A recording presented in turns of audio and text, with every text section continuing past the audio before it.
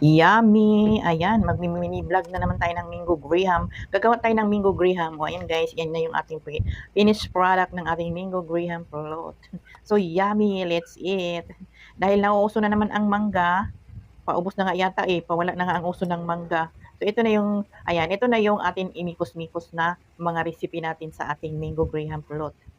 Ayan, ano lang natin yan, halo-haluin lang natin. So, lahat naman talaga ay madali lang naman 'tong gawin. Halos lahat naman ng tao ay nakakaalam sa paggawa nito. Sobrang dali lang.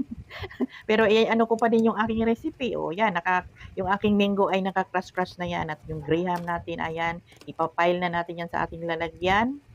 Ayan, mikos-mikos natin yung ating mga sahog-sahog dyan.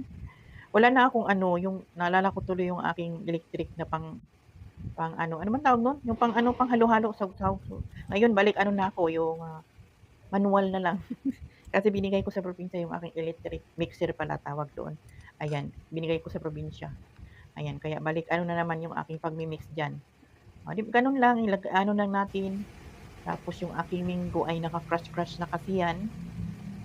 Di ba, ganun lang maggawa ng mango graham float. Sobrang dali lang. Halos tayong lahat ay nakakaalam naman talaga dito. Gumawa lang ako kasi namimiss kong kumain ng mango graham fruit. At saka, ang dami kong nakikitang mangga dyan na, na mura na lang talaga ang mangga. Paubos na nga siguro matatapos na yung season ng mangga. Kaya, ito, magawa tayo ng mango graham float. Naglalaway na nga ako hindi pa nga malamig yan Gusto ko kasi sa mango graham float, itong matigas yan, tapos malamig na pag hinihiwa mo ay talagang lumalabas yung frame, o di ba? Ang kulit habang gumagawa ng mango graham fruit kung ano-ano pinagsasabi.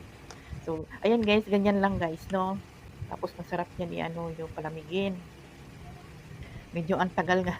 Kaya kasi, ang tagal kasi pag nagawa tayo ng video, ang tagal kasi pag natin ang recipe lahat. Ayan, palamigin muna natin at yan, matik na yan, malamig na siya at matigas na.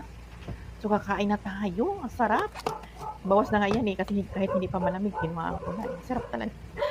Masarap kasi ang mango. Masarap siya balik-balikan. Kainin ng kainin. Yung pang putputin. Diba?